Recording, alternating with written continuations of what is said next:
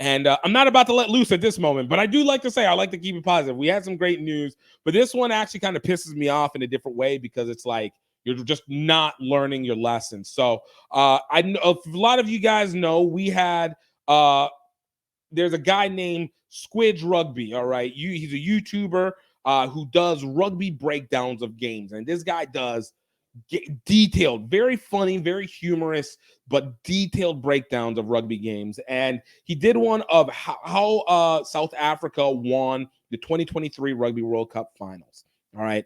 And when he got it out, it was supposed to be a great one. He did one like this back in 2019, which is when he really started getting his rise initially. And even World Rugby had put a block on it for then. And this time, it's almost like history repeating again. And they got copyright claimed by World Rugby and shut down. And the question has to be asked, does World Rugby actually want rugby to win? Because this has been too much. We talked about this even before early in the season with Wayne Barnes, highlighted by Wayne Barnes, but it was also seen multiple times over with them shutting down videos that have their content in it. And, kind of looking at what Squidge did. And of course, Squidge is also a friend of the show. You guys can check him out, episode 52. Not the greatest sound, but we got some great information out of it nonetheless. But Squidge Rugby said on X, after just a few hours up, the video has been taken down manually by an employee of World Rugby and copyright strike given to the channel. Some 60 plus hours of work went into one video. So rest assured, we shall try our utmost to get it restored, but this is not in our hands.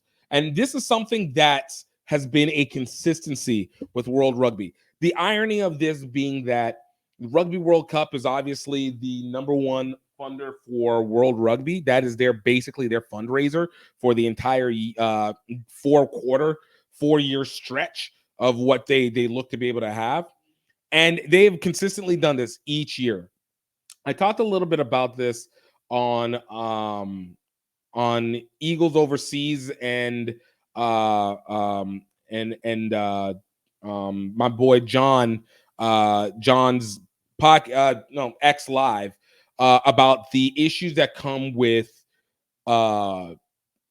media rights, when it goes to this. And it's something that, again, it would have made sense whenever it was in 2007, 2008, 2009, 2010, whenever the internet and more so social media was in its early stages, distribution was just getting up. I mean, 2012 is whenever Instagram came into appearance. So, I get whenever those contracts were structured, but it feels like World Rugby is consistently having this, I hate always sliding, but we won't call it what it is. This Ronald Reagan, Joe Biden-esque kind of view of the world, where everything is just like chaotic, and it just feels like it's going through dementia as it's returning back to old things, or just not reacting well, because demonetization or copyright striking on what would be, one, free advertising, and number two is something that you need in this era to be able to gain virality in audiences that are not yours.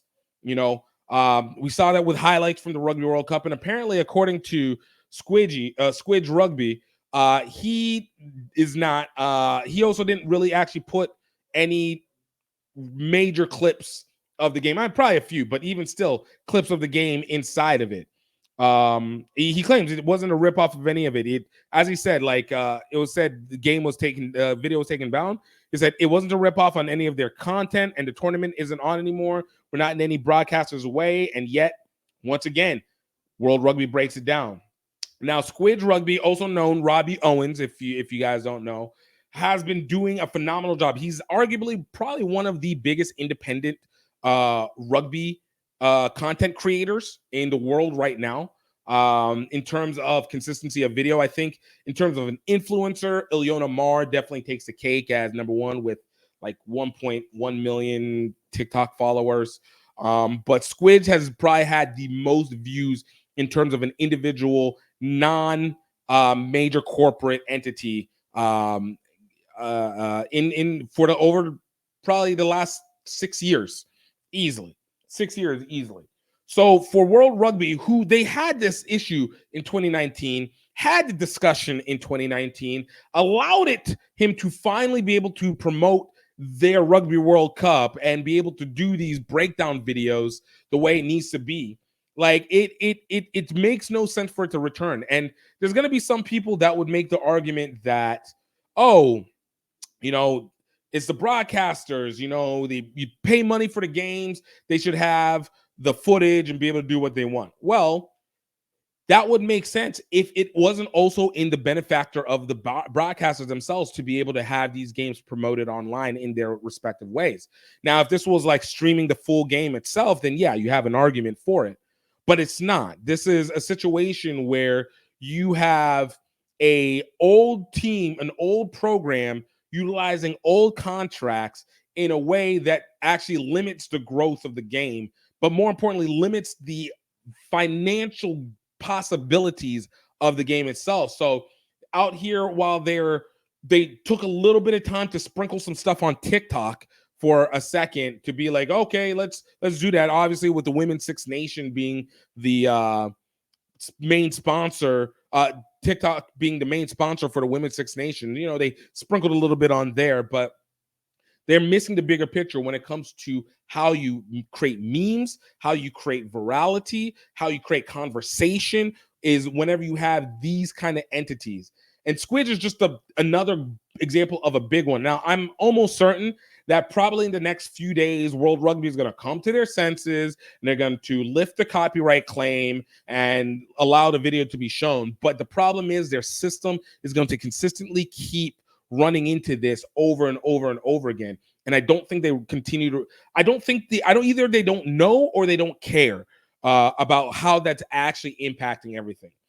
And even with the initial highlight rights, and I remember dealing with this back in 2019 and even dealing with it on a slightly smaller scale for some USA games back in 2017 when I think it was Argentina versus USA in 2017. And we had shots of the game and we ended up putting a highlight out first, but it wasn't like a highlight. It was just like clips of the game, but there was nothing behind it. It wasn't showing scores. It was just running plays, and they got super pissed off at us. But, they didn't lose anything. Like, they didn't lose any more money. The main highlight still came out, did better than what we had, but it was just like, yo, you guys don't, at the time I can slightly accept it because of media distribution deals, but after 2019 and definitely after 2020, no. And I know probably these contracts for like Sky, for NBC Peacock, for NBC Comcast at the time, now going on to Peacock, when they made this initial deal, NBC bought the rights to the Rugby World Cups in, I want to say 2009 or 2011, one of those. And I can see that those contract rights are probably still in place. And maybe this is World Rugby's fear of like having a nullification of the money that they need to make from the distribution deal. But I can probably say with great confidence that Peacock probably does not give a damn about whether or not clips of the games are shown, because one, the audience locally on their TV channels are probably not super viewing the Rugby World Cup because everything's on Peacock. So, in this day and age, that's not going to hit anything. And then on the other side of it, it's like Peacock, NBC Peacock, especially in this age where cable is now dropped, they need to have new distribution sources so they can actually ramp up ad revenue for hopefully interested viewers coming to the main platform to be able to check stuff out. And the other addition is to be able to access the new generation of kids. When they made these initial contracts, which I think goes through at least 2031 for the US with NBC Peacock, or 2035, something like that. Like, you didn't have, TikTok at its highest. Definitely, like I said, Instagram was definitely just a photo app At that point, Twitter was just starting and was still called Twitter. Facebook was the primary element, and that was just newly being revamped into everybody. It was only maybe like 2 to 4 years that everybody was able to use it and not just college students. So nobody was taking the social media as an aspect. But post 2016 and definitely 2020, new game. So, if World Rugby is that afraid of negating their own contract, they need to go back to the table and at least reintegrate that so that social media clips are not something that they have to keep watching on out of fear that they're not going to make distributor money off of it. And ironically, if you don't feel like you have enough leverage to be able to do distribution deals, you probably need to get more viewership and awareness on social media so that your viewership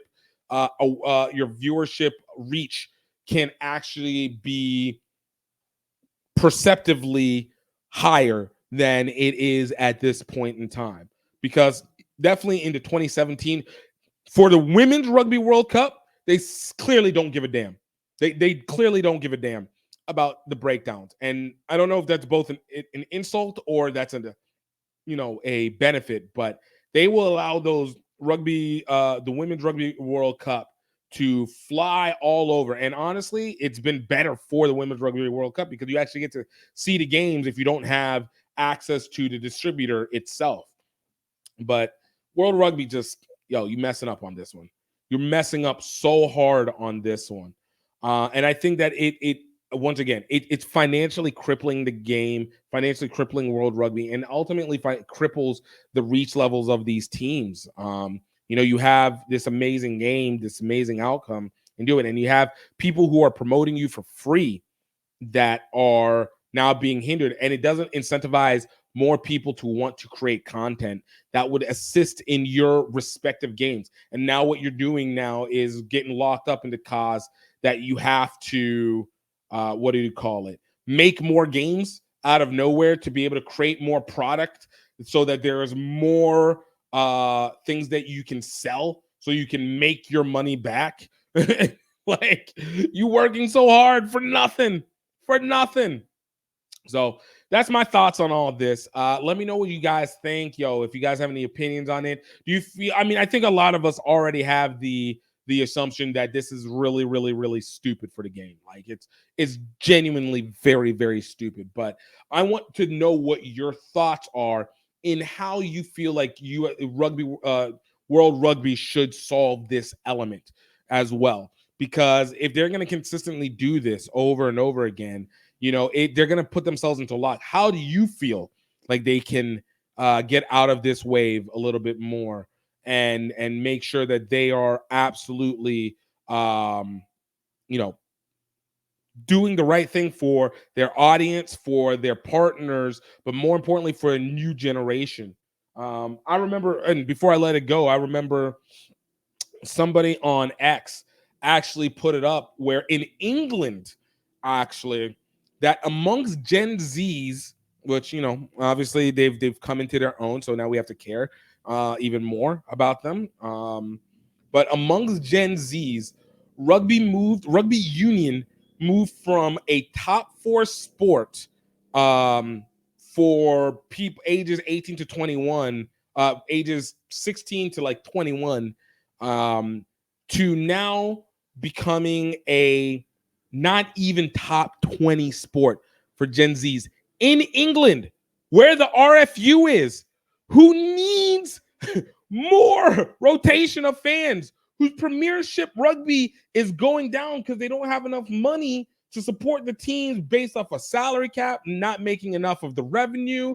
And obviously, if you're losing a generation of an audience that's not even playing, rugby league, mind you, is still up there. It's, I think, like number 17, dropping down from 6, but it's still on the top 20 list. But rugby union completely being out, the RFU is looking for an opportunity to try and become Australia over the course of the next 10 years if they're not careful with what they're doing. And that goes on World Rugby and small things like that amongst so many others. The absolute lack of wanting to do it. And again, I hate slating my own presidents.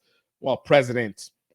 I don't mind slighting Ronald Reagan, but yo, this is some dementia-ish. All right, this is some backwards, old school, in the worst version of it, backward stuff, and you will not just kill the game, but you're going to kill at least the potential for it to be able to develop from the men's side. From the women's side, yo, I think they're doing everything right. I